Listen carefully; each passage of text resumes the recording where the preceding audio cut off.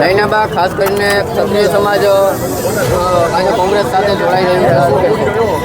ચોક્કસપણે ઘણા સમયથી અલ્ટિમેટમ આપ્યું હતું સરકારને, કારણ કે અમારો 70 થી 80% સમાજ જે ભાજપ સાથે હતો એમણે ઘણી રજૂઆતો કરી, એક ફક્ત ટિકિટ રદ કરાવવા માટે એ સમય ચૂકી ગયો અને હવે તો એવું પણ કહી દીધું કે ક્ષત્રિય સમાજના વોટની જરૂર નથી।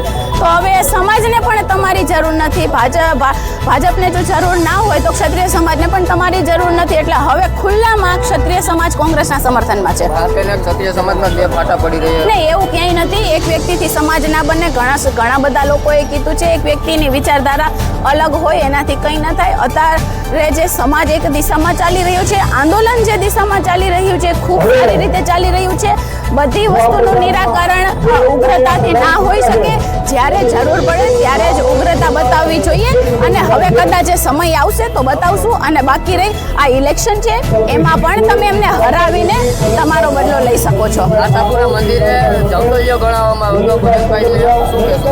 ચોક્કસ, કારણ કે જ્યારે અમારા બહેનોએ આત્મવિલોપનની વાત કરી હતી ત્યારે સૌથી પહેલા પરેશભાઈ જ હતા કે જેણે એમ કીધું હતું કે તમારો જવતલિયો હજી જીવે છે, તમારે આ કંઈ કરવાની જરૂર નથી।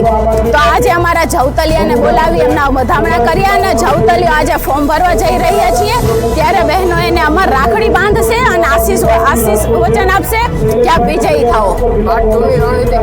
પાર્ટ 2 ની રણનીતિ આજ થોડી ચાલુ થઈ ગઈ છે, આપણે ખ્યાલ છે, સભાઓ તહેસ નહેસ થઈ છે, કાળા વાવટા ફરકાવવામાં આવી રહી છે, ગામમાં પ્રવેશ બંધ છે, પ્રચાર બંધ છે એમનો, અને હજી જો કદાચ ઉગ્રતા તરફ જવું પડશે તો એની રણનીતિ આજ બપોરે તૈયાર થશે। ગોતામાં મિટિંગ ભરાઈ રહી છે, આગળનું હવે જે સંકલન સમિતિ તરફથી અમુક આદેશો આવશે એ દિશામાં આગળ વધવામાં આવશે।